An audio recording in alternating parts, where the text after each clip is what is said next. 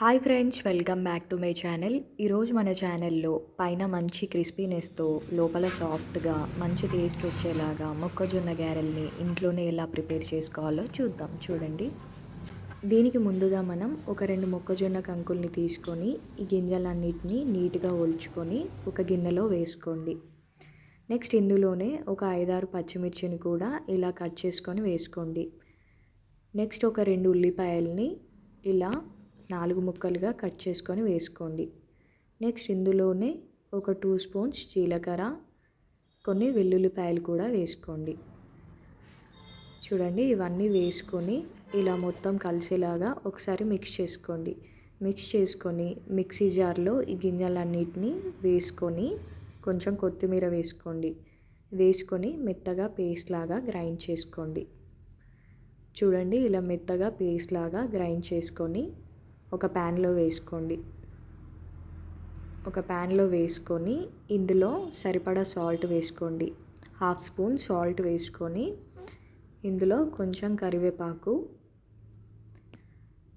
And కొంచెం సన్నగా chop చేసి పెట్టుకున్న కొత్తిమీర అండ్ కట్ చేసి పెట్టుకున్న తోటకూర ఇవన్నీ వేసుకొని ఇవన్నీ ఈ పిండిలో మొత్తం కలిసేలాగా మంచిగా మిక్స్ చేసుకోండి.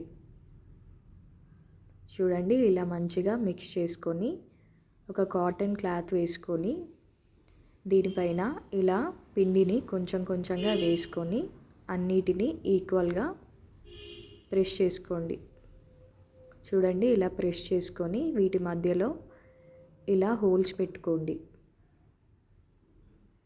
ఇలా మనం మధ్యలో ఇలా హోల్స్ పెట్టుకోవడం వల్ల ఆయిల్ అనేది మధ్యలోకి వెళ్ళి పచ్చి లేకుండా మంచిగా క్రిస్పీగా వేగుతాయి. చూడండి, ఇలా మంచిగా ప్రెస్ చేసుకున్న వాటిని అన్నిటినీ 1 by 1 హీట్ అయిన ఆయిల్లో ఇలా వేసుకోండి. ఇలా అన్నిటినీ వేసుకొని వీటన్నిటినీ వెనక్కి టర్న్ చేసుకుంటూ మంచిగా బ్రౌన్ కలర్లో వేయించుకోండి.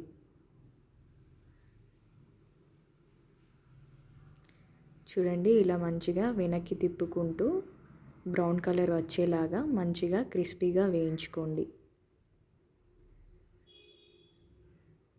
ఇవన్నీ మంచిగా వేగాక ఆయిల్లో నుంచి తీసి ఒక ప్యాన్లో వేసుకోండి. మిగిలిన పిండితో కూడా సేమ్ ఇలానే ప్రెస్ చేసుకొని ఆయిల్లో వేసుకొని మంచిగా క్రిస్పీగా బ్రౌన్ కలర్ వచ్చేంత వరకు వేయించుకొని వీటిని కూడా ఒక ప్యాన్లో వేసుకోండి.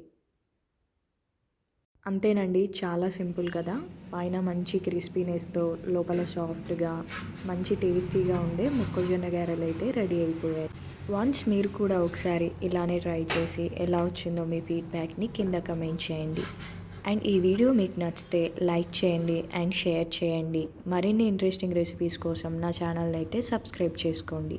Thanks for watching. Bye bye.